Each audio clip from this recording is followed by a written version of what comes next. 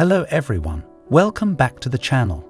Today we dive deep into the extraordinary life of Witold Pilecki, the man who volunteered to be imprisoned in Auschwitz and embarked on one of World War II's most daring espionage missions.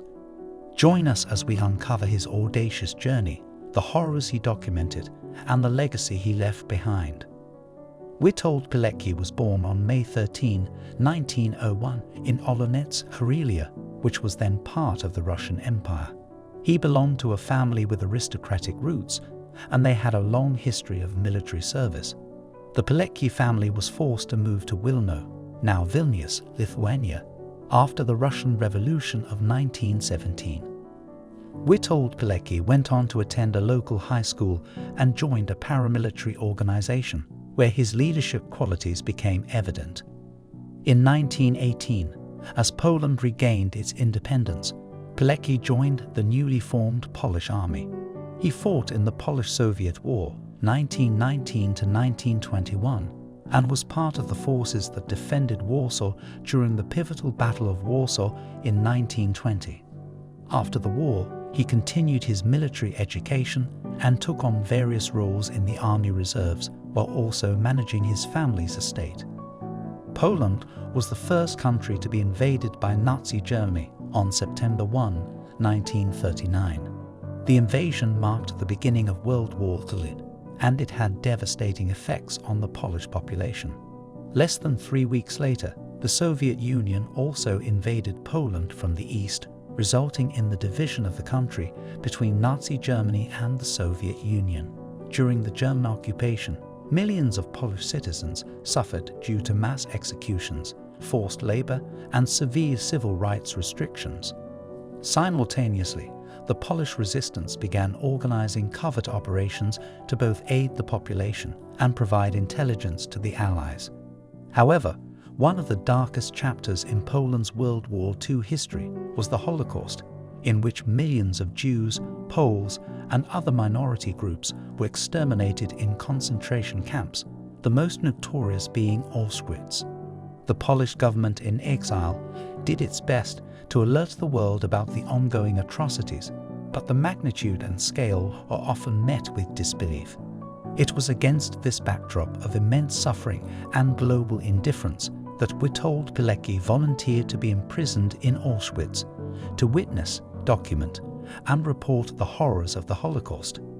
In 1940, reports began to emerge about the brutal conditions inside a new German concentration camp named Auschwitz, located near the town of Auschwitz in occupied Poland. Although information was scarce and often cloaked in secrecy, the Polish resistance was desperate for reliable first-hand accounts. It was in this context that Witold Pilecki, then a 39-year-old cavalry officer, willingly stepped forward to undertake a daring, almost unimaginable mission. He volunteered to deliberately get himself arrested and sent to Auschwitz. Pilecki presented his audacious plan to his superiors in the Polish underground, who were initially skeptical about the chances of survival, let alone the prospect of gaining useful intelligence. However, Pilecki argued that the only way to truly understand what was happening inside the camp was to experience it firsthand. On the night of September 19, 1940, Pilecki put his plan into action. During a German roundup, La Panka, in Warsaw, he deliberately walked into the dragnet carrying false identification papers. He was arrested along with about 2,000 other Poles and eventually sent to Auschwitz, designated as prisoner number 4859. His primary mission was to gather intelligence on the operations, layout, and conditions within the camp. He aimed to document war crimes, specifically noting numbers, names, and specific instances of atrocities committed against prisoners. Pilecki sought to form an underground resistance network within the camp, named the Union of Military Organizations, COW. Inside Auschwitz, the daily life of inmates was a brutal routine of suffering, dehumanization, and a constant struggle for survival. Prisoners were awoken early, often before dawn, and subjected to roll calls that could last for hours in all weather conditions. They were given meager rations, typically a piece of bread and a thin soup made of rotting vegetables, with hardly any nutritional value. Starvation was a constant threat. The camp's living conditions were horrendous. Barracks meant to house 250 inmates often contained 700 or more, with prisoners cramped on straw-filled bunks. Disease, particularly typhus, spread rapidly due to the overcrowded conditions, lack of sanitation, and general neglect. Beatings, public executions, and random acts of cruelty by the SS guards were daily occurrences.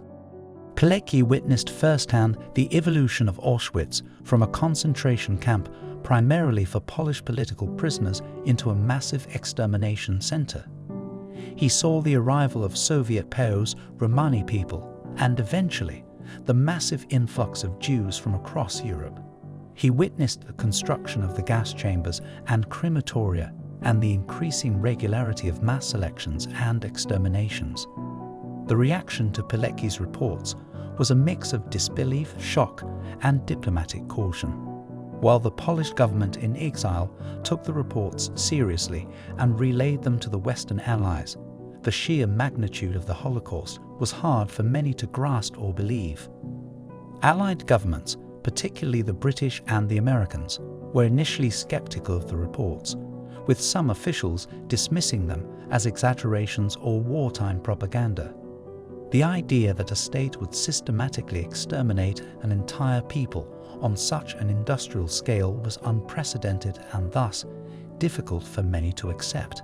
However, as more evidence emerged, including corroborating reports from other sources, the reality of the Holocaust became undeniable. After nearly 3 years of imprisonment and covert operations within Auschwitz, Witold Pilecki decided that he needed to escape. The opportunity for escape came in the spring of 1943. Pilecki was assigned to a night shift at a camp bakery located outside the main perimeter fence. On the night of April 26, 1943, Pilecki and 2 other inmates executed their plan. After overpowering a guard and cutting the phone line, they broke into an ammunition storage facility to arm themselves. With their newly acquired weapons, they managed to get past multiple layers of barbed wire and guards, finally reaching the outside world. After the war, Pilecki found himself in a Poland that was sliding into the grip of Soviet-backed communism. He was arrested in 1947 on charges of working against the state and was executed in 1948 after a show trial. For decades, his heroism was buried under the weight of communist rule, and his reports were suppressed. It wasn't until the fall of communism that Pilecki's contributions began to receive the recognition they deserved. His reports have since become a vital historical record, extensively cited by Holocaust researchers and historians. Witold Pilecki's story challenges us to question the limits of human bravery and the scope of indifference. His sacrifice, his meticulous work under life-threatening conditions, and his unyielding commitment to the truth are awe-inspiring. It's a shame that his efforts weren't acted upon more decisively at the time, and it took decades for his heroic deeds to be recognized. But today, his reports stand as some of the most crucial first-hand accounts of the Holocaust. If this story moved you or made you ponder, make sure to hit that like button and share it with your friends and family. Sometimes the stories we find hardest to hear are the ones we need to share the most.